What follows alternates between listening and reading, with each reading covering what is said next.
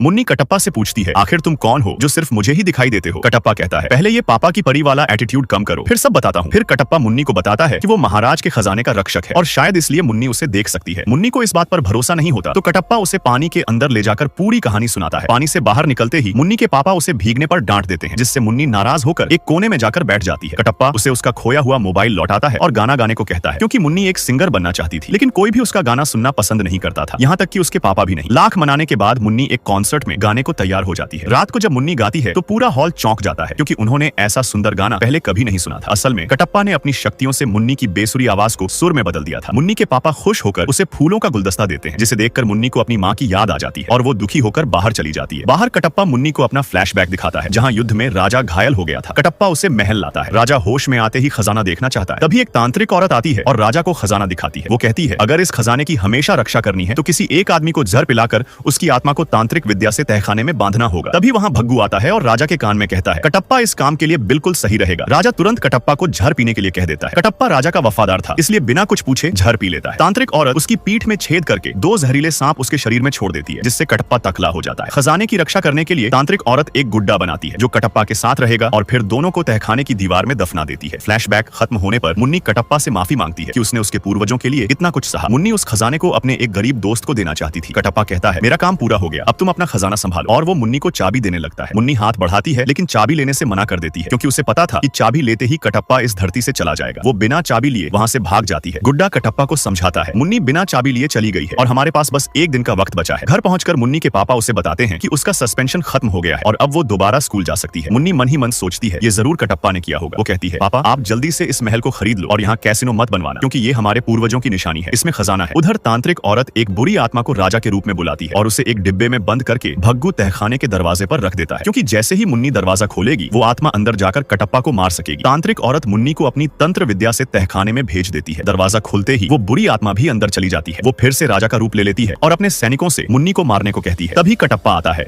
और सभी सैनिकों को मार देता है। राजा को देखकर कटप्पा खुश हो जाता है, लेकिन तभी राजा के रूप में छुपी बुरी आत्मा उसके सीने में तलवार घोंप देती है। कटप्पा समझ जाता है कि ये असली राजा नहीं है, कोई छलावा है। फिर दोनों में भयंकर लड़ाई होती है। मुन्नी पर तांत्रिक औरत आईने के अंदर से हमला करती है तो मुन्नी वहां से भाग जाती है। कटप्पा उस बुरी आत्मा को मार देता है, जिससे उसके सिर से दोनों सांप बाहर निकल जाते हैं और उसकी शक्ति कम हो जाती है। तभी राजा के रूप में दूसरी आत्मा आती है और कटप्पा का गला पकड़कर मारने लगती है। मुन्नी तलवार से आत्मा पर वार करती है, लेकिन आत्मा उसे धक्का देकर दूर फेंक देती है। जैसे ही आत्मा कटप्पा को मारने वाली होती है, मुन्नी कटप्पा की दी हुई भभूति उस आत्मा पर फेंक देती है। भभूति लगते ही तांत्रिक औरत और आत्मा वहीं खत्म हो जाती है। कटप्पा मुन्नी को चाबी देता है। मुन्नी दिल पर पत्थर रखकर कटप्पा की मुक्ति के लिए चाबी ले लेती है। गुड्डा वापस अपनी किताब में चला जाता है और कटप्पा की आत्मा धूल बनकर उड़ जाती है।